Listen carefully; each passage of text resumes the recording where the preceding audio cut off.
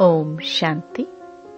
9 सितंबर 2021 बाबा के महावाक्य। मीठे बच्चे, तुम सेंसिबल बने हो तो कमाई का बहुत बहुत शौक रहना चाहिए।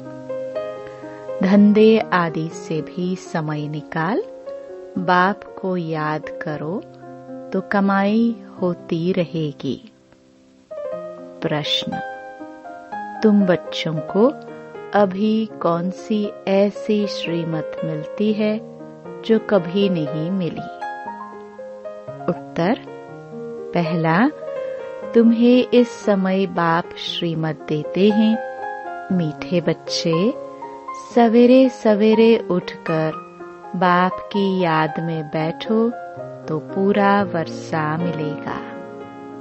दूसरा, गृहस्थ व्यवहार में रहते कमल फूल समान रहो। ऐसी श्रीमत दूसरे सत्संगों में कभी मिल नहीं सकती। उन सत्संगों में बाप और वर्षे की बात नहीं। गीत। तुम ही हो माता पिता, तुम ही हो। ओम शांति।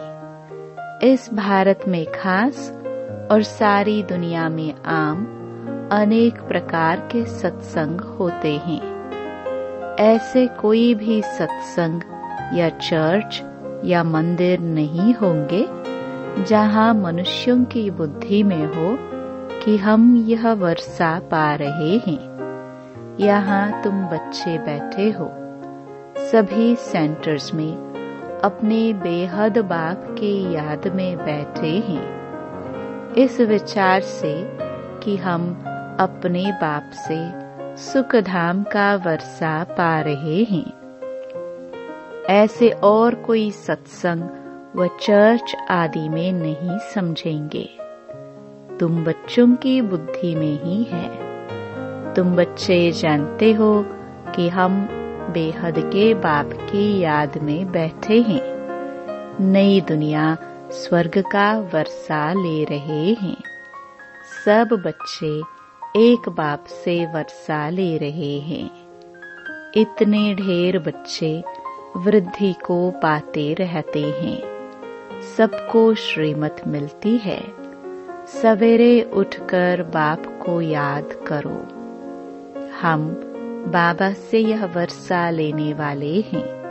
हम उस बाप के बने हैं। आत्मा को अब पहचान मिली है बाप से। बाप डायरेक्शन देते हैं, मुझे याद करो और गृहस्थ व्यवहार में रहते हुए कमल फूल समान पवित्र रहो। सबको यहाँ आकर बैठना तो नहीं है। स्कूल में पढ़कर फिर अपने अपने घर चले जाते हैं। हर एक बच्ची बच्चा अपने टीचर से वर्षा पा सकता है। यह भी ऐसे ही है। रोज पढ़कर फिर घर में जाकर भल धंधा आदि करो। तुम गृहस्थ व्यवहार में भी हो और फिर स्टूडेंट भी हो। गृहस्थ व्यवहार में रहते कमल फूल समान रहना है। ऐसे कोई सन्यासी आदि नहीं कहते। यहाँ तुम प्रैक्टिकल में बैठे हो। गृहस्थ व्यवहार में रहते पवित्र बनते हो। पवित्र बनकर परमपिता परमात्मा को दूसरे कोई याद नहीं करते हैं। भल गीता सुनते हैं, पढ़ते हैं, परंतु याद तो नहीं करते हैं ना। कथनी और करनी में फर्क है। तुम जानते हो हमारा बाप नॉलेजफुल है। उसमें सारे ड्रामा चक्र के नॉलेज है। अभी हमको भी नॉलेज मिल रही है। यह चक्र बड़ा अच्छा है। यह पुरुषोत्तम युग होने के कारण तुम्हारा यह जन्म भी पुरुषोत्तम है। एक्स्ट्रा मास होता है ना। तुम बच्चे जानते हो कि हम बरोबर बाप से पुरुषोत्तम बन रहे हैं। मर्यादा पुरुषोत्तम हम फिर से बन रहे हैं। फिर 84 का चक्कर खाया, यह बुद्धि में ज्ञान है और कोई सत्संग में यह नहीं समझाते हैं। तुम समझते हो हमको यह बनना है। बनाने वाला एक ही बाप है। इन लक्ष्मी नारायण के चित्र पर तुम अच्छी रीति समझा सकते हो। बरोबर ब्रह्मा द्वारा योग बल से इन्होंने यह पद पाया है। ऐसे बुद्धि में इमर्ज करना चाहिए। ब्रह्मा सरस्वती लक्ष्मी नारायण के 2 रूप भी दिखाए हैं। ब्रह्मा सरस्वती फिर प्रजा भी दिखानी पड़े। हर एक बात पर अच्छी रीति विचार करना चाहिए। बाप कहते हैं मुझे याद करो। ब्रह्मा को भी कहते हैं मुझे याद करो तो यह बनेंगे। गोया ब्रह्मा मुख वंशावली सबको कहा मुझे याद करो। कैसे याद करना है यह भी बुद्धि में है। चित्र भी सामने रखे हैं। इन पर समझाना बड़ा सहज है। बाप का परिचय देना है। प्रदर्शनी में भी इस पर समझाओ। यह निश्चय बैठता है कि बरोबर यह सबका बेहद का बाप है। इस हिसाब से हमें बेहद का वर्षा मिलना चाहिए। हम निराकारी आत्माएं तो भाई भाई हैं। जब साकार में आए तो भाई बहन बने, तब पढ़ सके। भाई बहन बनेंगे ही ब्रह्मा के बच्चे। वर्षा बाप से मिलता है। यह बुद्धि में बिठाना है। कोई को भी समझाओ। पहले बाप का परिचय दो। हम ब्रदरहुड है। सर्वव्यापी कहने से फादरहुड हो जाता है। फादरहुड को वर्षा कहाँ से मिलेगा? फादर फादर कहते गिरते आए हैं। वर्षा कुछ भी नहीं। अभी ब्रदरहुड समझने से ही वर्षा मिलेगा। तो उस पर अच्छी रीति समझाने से बुद्धि में जो अष्ट देवताएं आदि बैठे हुए हैं वह सब निकल जाएंगे। बोलो 2 बाप है। रूहानी बाप जिससे सर्व की सद्गति होनी है, वही सुख शांति का वर्षा देते हैं। सब सुखी हो जाते हैं। उनको कहा जाता है हेवनली गॉड फादर, स्वर्ग रचने वाला। पहले बाप का प्रभाव बुद्धि में बिठाना चाहिए। यह है आत्माओं का बेहद का बाप। उनको ही पतित पावन कहते हैं। तुम आत्मा परमपिता परमात्मा के बच्चे हो। यह निश्चय पक्का करो। मूल बात पहले यह बुद्धि में बिठानी है। यह समझे तब खुशी का पारा चढ़े और कहे कि हम बाप को याद जरूर करेंगे। हमको निश्चय होता है हम बाप को याद कर विश्व का मालिक बनेंगे। यह खुशी बहुत रहेगी। समझदार होगा और बुद्धि में पूरा निश्चय होगा तो कहेगा ऐसा बेहद का बाप जो दादा में आता है, पहले तो उनसे मिले। शिव बाबा ब्रह्मा द्वारा ही हमसे बात कर सकेंगे। तुम आत्मा तो उनसे मिली नहीं हो तो याद कैसे करेंगे? बच्चे एडॉप्ट हो तो याद पड़े। एडॉप्ट ही नहीं होंगे तो याद कैसे पड़ेगा? पहले उनके बनो। ऐसे बाप के साथ तो झट मिलना चाहिए। बाप भी यही पूछेंगे, तुम अपने को आत्मा समझते हो? मैं तुम आत्माओं का बाप हूँ। शिव बाबा तुमसे बात कर रहे हैं। मेरी आत्मा का बाप सो तुम्हारा भी बाप है।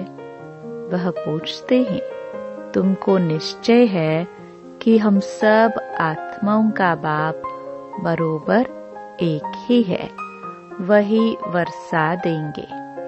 पवित्र भी बनना है, सिवाय उनके और सब भूल जाना है। तुम आत्मा घर से नंगी आई थी ना, कोई भी देह संबंध नहीं था। आत्मा जब शरीर में प्रवेश करे, बड़ी हो, तब उनको समझाया जाता है कि यह तुम्हारा बाबा है, यह फलाना है। आत्मा तो सब संबंधों से न्यारी है। आत्मा चली जाती है तो कहा जाता है, आप मोए मर गई दुनिया, बंधन रहित हो जाती है। जब तक दूसरा शरीर मिले, माता के गर्भ में जाकर बाहर निकले, समझदार हो, फिर है संबंध की बात। तो यहाँ भी तुम बच्चों को समझाना है, जीते जी सब कुछ भूल जाना है। एक बाप को याद करना, यह है अव्यभिचारी याद। इसको ही योग कहा जाता है। यहाँ तो मनुष्यों को अनेकों की याद रहती है। तुम्हारी है अव्यभिचारी याद। आत्मा जानती है कि यह सब शरीर के संबंध खत्म हो जाने हैं। हमारा संबंध एक बाप के साथ है। बाप को जितना याद करेंगे, विकर्म विनाश होंगे। ऐसे भी नहीं कि मित्र संबंधियों को याद करने से कोई विकर्म बनेंगे। नहीं, विकर्म तब बनेंगे जब ऐसा कोई रॉन्ग कर्म करेंगे। बाकी और कोई को याद करने से विकर्म नहीं बनेंगे। हाँ, टाइम वेस्ट जरूर होगा। एक बाप को याद करने से विकर्म विनाश होते हैं। यह युक्ति है पाप कटने की। बाकी संबंध आदि तो याद रहते हैं। शरीर निर्वाह अर्थ धंधा आदि सब करो, परंतु जितना टाइम मिले बाप को याद करते रहो तो खाद निकल जाए। मूल बात है यह। अंदर में ही विचार करो कि पतित से पावन कैसे बने। बाप को याद करना पड़े। गृहस्थ व्यवहार में रहना है। सन्यासी लोग भी शरीर छोड़ फिर गृहस्थियों के पास जाकर जन्म लेते हैं। ऐसे तो नहीं जन्म जन्मांतर के लिए पावन बन जाते हैं। वाइसलेस वर्ल्ड तो अभी कोई है नहीं। यह है विशियस वर्ल्ड। इनसे कोई निकल नहीं सकते। विशियस वर्ल्ड में रहने के कारण कुछ न कुछ खामी जरूर है। बाकी दुनिया तो है ही दो, विशियस वर्ल्ड और वाइसलेस वर्ल्ड। पावन दुनिया में देवताएं रहते थे तो समझाने में बहुत सहज होगा। इस पतित दुनिया का अभी विनाश होना है। विनाश होने के पहले बेहद बाप से वर्षा लेना है। बाबा कहते हैं, देह के संबंध छोड़ अपने को आत्मा निश्चय करो और बाप को याद करो तो तुम पावन बन जाएंगे। बाप कहते हैं, तुम मुझे पतित पावन कहते हो ना। गंगा में डुबकी लगाने वाले तो बहुत हैं, ऐसे थोड़े कि पावन बन जाएंगे। प्रदर्शनी में समझाना बहुत अच्छी तरह पड़ता है। प्रजापिता तो यहाँ ही चाहिए। नीचे यह ब्रह्मा और ब्रह्मा कुमार कुमारियां तपस्या कर रहे हैं, तो यह बात अच्छी रीति समझानी चाहिए। किसको भी हड्डी जिगरी समझाना है, बित बित करने से बदनाम कर देंगे। अगर देखो हम कहाँ मूंझते हैं तो कहो, अच्छा थोड़ा ठहरो, हम दूसरी बहन को भेजते हैं। एक दो से ठीके होते हैं ना। प्रदर्शनी मेले में जांच करनी चाहिए कि ठीक समझाते हैं, कोई डिबेट तो नहीं करते हैं। गेट पर भी पहचान वाला चाहिए। अनेक प्रकार के आते हैं ना, बड़े आदमी को जरूर रिगार्ड देंगे, फर्क तो जरूर रहेगा। इसमें यह नहीं आना चाहिए कि इन पर प्यार है, इन पर नहीं है, द्वैत दृष्टि है। नहीं, इनको द्वैत नहीं कहा जाता है। समझते हैं यहाँ बड़े आदमी की खातिरी की जाती है। सर्विसेबल की खातिरी करेंगे ना। कोई ने मकान बनवा कर दिया है तो उनकी खातिरी तो जरूर करेंगे ना। तुम्हारे लिए ही तो मकान बने हैं। जो मेहनत कर राजा बनते हैं तो प्रजा ऑटोमेटिकली खातिरी करेगी ना। कम दर्जे वाले से ऊंच दर्जे वाले की खातिरी तो होगी ना। बेहद के बाप की सारी दुनिया की आत्माएं बच्चे हैं, परंतु जन्म लिया है भारत में। भारतवासी जो पहले ऊंच थे अब नीच बन गए, तो बाप कहते हैं मैं आया हूँ पढ़ाने। मैं भारत में आता हूँ तो सबका कल्याण हो जाता है। इन पर्टिकुलर, इन जनरल तो होता है ना। अभी भारत ही नरक है, फिर स्वर्ग बनना है, तो भारत में ही तो जाएंगे ना। और जगह जाकर क्या करेंगे? भारत में ही भक्ति मार्ग में पहले पहले सोमनाथ का बड़ा आलीशान मंदिर बनाया था।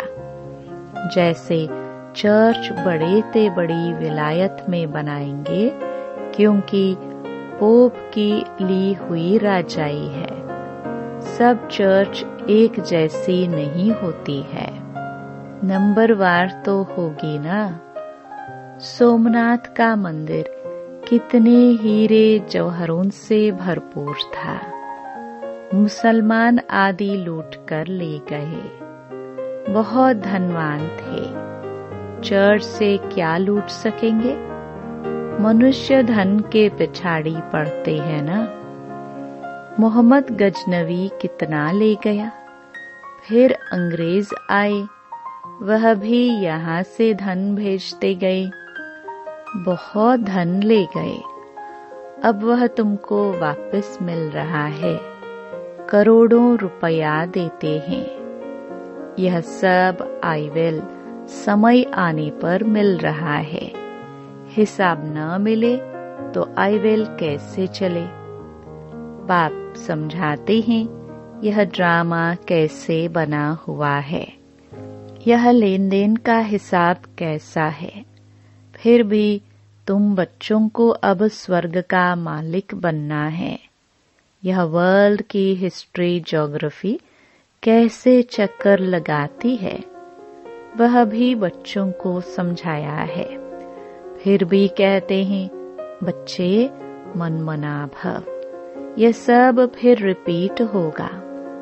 हर चीज सतो से तमो प्रधान बन जाएगी। दिन में धंधा धोरी आदि करते हो, वह टाइम छोड़ो, बाकी जितना टाइम मिले मुझे याद करो। धंधे आदि में भी कभी कभी टाइम मिलता है। कईयों की ऐसी सर्विस रहती है, सिर्फ सही की खलास। ऐसे भी बहुत फ्री रहते हैं, फिर भी रात तो अपनी है। दिन में शरीर निर्वाह के लिए कमाई करते हो, रात को फिर यह कमाई करो। यह है भविष्य 21 जन्मों के लिए। कहा जाता है, एक घड़ी आधी घड़ी। जितना हो सके बाप की याद में रहो तो तुम्हारी बहुत कमाई होगी। सेंसिबल जो होगा वह समझेगा कि बरोबर बहुत कमाई कर सकते हैं। कोई कोई चार्ट भी लिखते हैं, हमने इतना समय याद किया। अज्ञान काल में कोई अपनी दिनचर्या लिखते हैं, तुम भी चार्ट लिखेंगे तो अटेंशन रहेगा। कोई टाइम वेस्ट तो नहीं होता है, कोई विकर्म तो नहीं किया। अच्छा, मीठे मीठे सिखिलदे बच्चों प्रति माता पिता बाप दादा का याद प्यार और गुड मॉर्निंग। रूहानी बाप के रूहानी बच्चों को नमस्ते। धारणा के लिए मुख्य सार। पहला, किसी भी देहधारी को याद कर अपना टाइम वेस्ट नहीं करना है। ऐसा कोई रॉन्ग कर्म न हो जो विकर्म बन जाए। दूसरा, जीते जी सब कुछ भूल एक बाप को याद करना है। शरीर निर्वाह अर्थ कर्म भी करना है, साथ साथ सेंसिबल बन रात में भी जाकर यह अविनाशी कमाई करनी है। याद का चार्ट रखना है। वरदान, बेहद की वैराग्य वृत्ति द्वारा नष्टो मोहा स्मृति स्वरूप बनने वाले अचल अडोल भव। जो सदा बेहद की वैराग्य वृत्ति में रहते हैं, वह कभी किसी भी दृश्य को देख घबराते व हिलते नहीं, सदा अचल अडोल रहते हैं, क्योंकि बेहद की वैराग्य वृत्ति से नष्टो मोहा स्मृति स्वरूप बन जाते हैं। अगर थोड़ा बहुत कुछ देखकर अंश मात्र भी हलचल होती है या मोह उत्पन्न होता है तो अंगद के समान अचल अडोल नहीं कहेंगे। बेहद की वैराग्य वृत्ति में गंभीरता के साथ रमणीकता भी समाई हुई है। स्लोगन, राज्य अधिकारी के साथ बेहद के वैरागी बनकर रहना, यही राज ऋषि की निशानी है। ओम शांति।